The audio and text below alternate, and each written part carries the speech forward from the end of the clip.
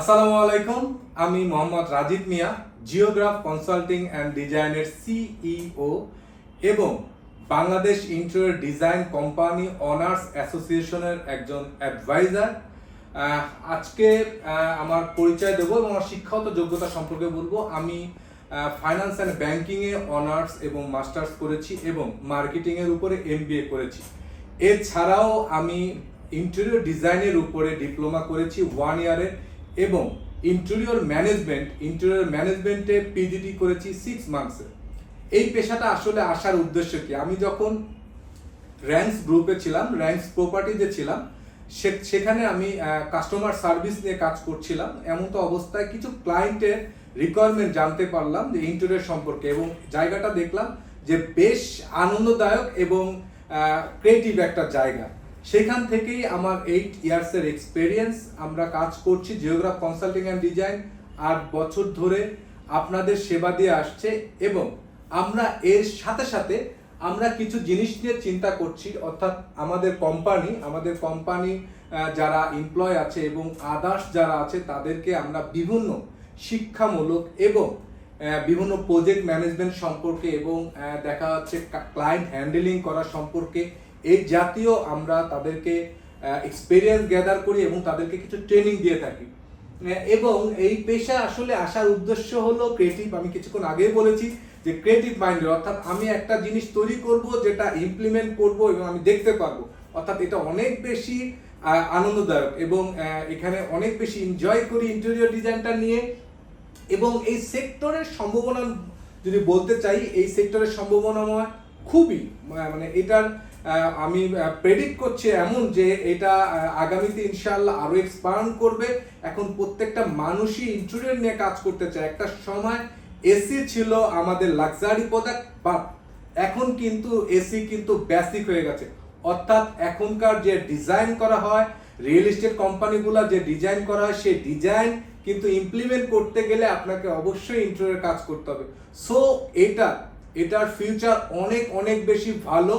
এবং এর সাথে আমার কোম্পানি, আমরা সবাই মিলে টিম ওয়ার্ক করি এবং আমরা চিন্তা করি যে এটা ইকো ফ্রেন্ডলি কিভাবে করা যায়। আসলে ইকো ফ্রেন্ডলি বলতে আমরা কি বুঝি এটা জানতে হবে। আসলে যেমন ধরেন আমাদের দেশে রিসেন্টলি টেম্পারটা অনেক বেশি হয়ে যাচ্ছে। আমাদের যেহেতু আমাদের টেম্পারটা হওয়ার কারণ হলো এখানে অনেক কিছু এর কারণ আছে। যেমন একটা কারণ আছে যে আমরা বৃক্ষ রোধন করি, অর্থাৎ বৃক্ষ কাটি, গাছগুলো অনেক বেশি কেটে ফেলি। তারপরে গ্রিন হাউস একটা প্রভাব আছে এখানে। সো এইখানে আমরা অভ্যন্তরীণ যদি কাজ করি, সেই ক্ষেত্রে আপনার করিডোরগুলো, অর্থাৎ আপনার বারান্দাগুলোকে আপনি ইকোসিস্টেম, অর্থাৎ আপনার বারান্দাগুলোকে আপনি নিয়ে আসতে পারেন, গাছ দিয়ে সুন্দর করে সাজিয়ে তুলতে পারেন। আপনারা যদি দেখেন র্যান্স, শান্তা, বিটিআই এবং আরো আনোয়ার ল্যান্ডমার্ক অনেক প্রজেক্ট আছে যারা আপনাদের বেলকনিগুলা অনেক সুন্দরভাবে ইকোসিস্টেম, অর্থাৎ গাছের যে অর্থাৎ একটা গার্ডেনিং করে দেয়, যেখানে আপনি বসবাস করতে অনেক বেশি আনন্দদায়ক হবেন এবং আপনার কাছে ভালো লাগবে। সো আমরা এটা করে থাকি। আমরা ডিজাইনের ক্ষেত্রে ভেরিয়েশন আনি এবং সাথে আপনার বাসার ভিতরটা যেন হোম ফ্লেভার থাকে। যেখানে অনেক সময় দেখা যাচ্ছে আগে আমরা এক সময় কাজ করতাম, পেইন্টের কাজ করতাম, এনামেল পেইন্ট করতাম, সেই ক্ষেত্রে দেখা যাচ্ছে 2-3 মাস ক্লায়েন্ট অনেক বেশি প্রবলেম ক্রিয়েট হতো, তার জন্য থাকতে পারতো না। সো এখন আমরা লাইনার করি। অর্থাৎ আমরা কিছুদিন আগেও আমরা একটা টিম সহ আমরা দেশের বাইরে গিয়েছিলাম।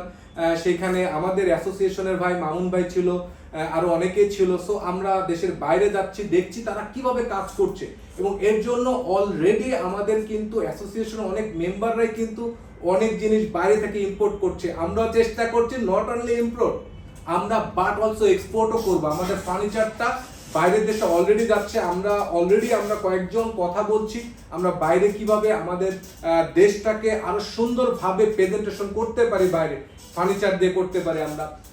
দেন ইন্টেরিয়র ব্যবসা অটোমেশন করার ক্ষেত্রে, অটোমেশন বলতে এমনটাই বোঝায় যে আমরা পেইন্ট বা এগুলা না, যে আমরা একবার রেডিমেড কিছু নিয়ে এসে একবারে খুব তাড়াতাড়ি ফিনিশিং করতে পারি এবং যে প্রজেক্টটার হ্যান্ড ওভার টাইমটা অনেক অল্প দিনের মধ্যে আমরা করতে পারি, যেখানে ক্লায়েন্টও সাফারার হবে না, আমরাও সাফারার হব না। দেন আরেকটা কথা, আন্তর্জাতিক লেভেলের ব্যবসার কথা আমি অলরেডি কিছুক্ষণ আগে আন্তর্জাতিক লেভেলের কথা বলে ফেলেছি যে আমরা অলরেডি ট্রাই করছি বিভিন্ন দেশে যে তারা কিভাবে কাজ করছে এবং আমরা যেন আমাদের দেশে একইভাবে ইমপ্লিমেন্ট করতে পারি সেটা আমরা দেখছি এবং ইনশাআল্লাহ অলরেডি আমরা কাজ করছি। যেমন আমরা বাইরের একটা বোর্ড ব্যবহার করছি ভুটান প্লাইউড এবং আরো কিছু বাইরের বোর্ড, ইন্ডিয়ান কিছু বোর্ড আমরা ব্যবহার করছি যেটা ইকো ফ্রেন্ডলি এবং ফায়ার প্রুফ কিছু বোর্ড ব্যবহার করছি।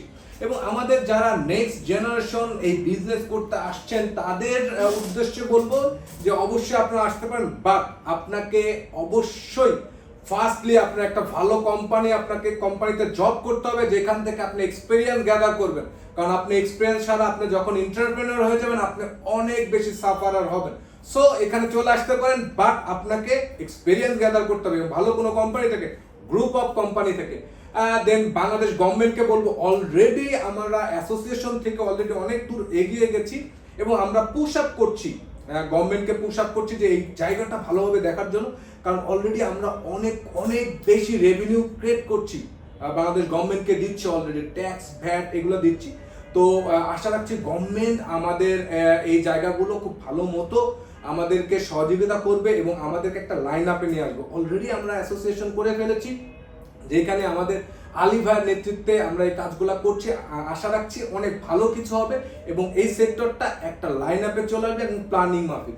আসলে প্রত্যেকটা জিনিস প্ল্যান মাফিক যদি আপনি করেন তাহলে আপনার ইন্টেরিয়র নিয়ে আপনাকে টেনশন করতে হবে না। যেমন ইন্টেরিয়র ডিজাইন অনেকেই ভাবে অনেক বেশি কস্ট যায়, অর্থাৎ কস্ট তখনই যাবে যখন যেটা প্রি প্ল্যান হবে না। সো আপনাকে আগে প্ল্যান করতে হবে, দেন ইমপ্লিমেন্টে যেতে হবে।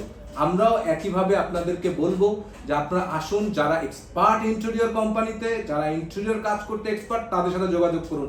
অলরেডি আমার 8 ইয়ার্স গন হয়ে গেছে, আলহামদুলিল্লাহ এক্সপিরিয়েন্স গ্যাদার করেছি, ছোট্ট এক্সপিরিয়েন্স, বাট এখন আরো কিছু শিক্ষণীয়র জন্য বাইরের দেশে লবিং করছি, সেখানে কিছু স্টাডি করার জন্য। আপনাদের জন্য স্টাডি করা হচ্ছে, আপনাদের জন্য কাজ করো। ভালো থাকবেন সবাই, সুস্থ থাকবেন। আসসালামু আলাইকুম।